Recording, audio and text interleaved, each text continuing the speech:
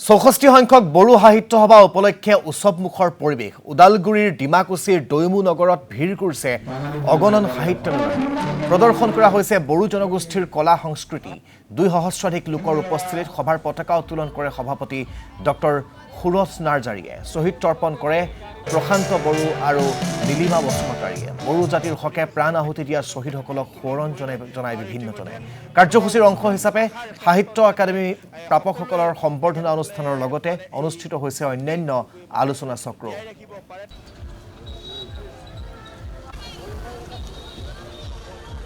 আমি আমাৰ বড়ো সাহিত্য সভাৰ উদ্দেশ্য হ'ল বড়ো সাহিত্য আকৌ উজ্বলি উঠক পৃথিৱীৰ বুকত আমি ইয়াৰ মাধ্যমে দিয়েই জীয়াই থাকিম এই পতাকা উত্তোলনৰ আমাৰ পতাকাৰ মূল মৰ্মটো হ'ল আপোনালোকে পতাকা দেখিলে পাব যে আমাৰ যি ডিমাপুৰ নগৰৰ যিটো আমাৰ ভগ্নাৱশেষ আছে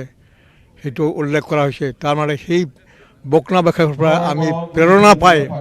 আগো আমি জাগি উঠিম আৰু মডাৰ্ণ যুগত বৰ্তমান যুগত আধুনিক যুগত যদি লেখা পঢ়া নকৰোঁ আধুনিক শিক্ষা ব্যৱস্থা আমি গ্ৰহণ নকৰোঁ তেনেহ'লে আমি উন্নতি লাভ কৰিব নোৱাৰিম গতিকে আমাৰ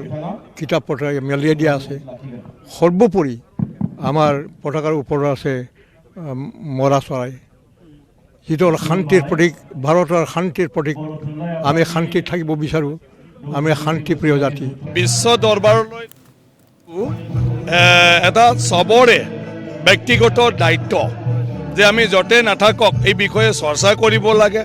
য'তে নাথাকক নিজৰ ভাষা সাহিত্য সেইটো সদায় আমি ব্যৱহাৰ কৰিব লাগে যিখিনি মানুহ আছে য'ত আমি নাথাকক কেলৈ তাৰ প্ৰচলন কৰিব লাগে তেতিয়াই চবে দেখা পাব তবে জানিবলৈ চেষ্টা কৰিব গতিকে মানে ইয়াৰ পৰাই আমি বিশ্ব দৰবাৰৰ কথা পাতি থাকিলে নহ'ব আজি বিশ্বৰ যদি আমি কিছুমান মানে কথাবিলাক অনুসৰণ কৰোঁ যিবিলাক বিশ্ববিখ্যাত হ'ল এই ক্ষেত্ৰত তেওঁলোকৰ যিটো বিষয়ে বিশ্বত জনাজাত কৰিব লাগে সেইটো লৈ য'তে নাযাওক তেওঁলোকে সেইটো লৈ গৈছে তাত কথা পাতিছে মানুহক এই বিষয়ে জনাইছে তো বড়োসকলেও বড়ো ভাষা সাহিত্যৰ লগতে বড়োৰ ইতিহাস কছাৰীসকলৰ ইতিহাস এই বিষয়ে চবতে মানে নিজক ইন্ট্ৰডাকশ্যনৰ লগতে মানুহক জনাব লাগে তেতিয়া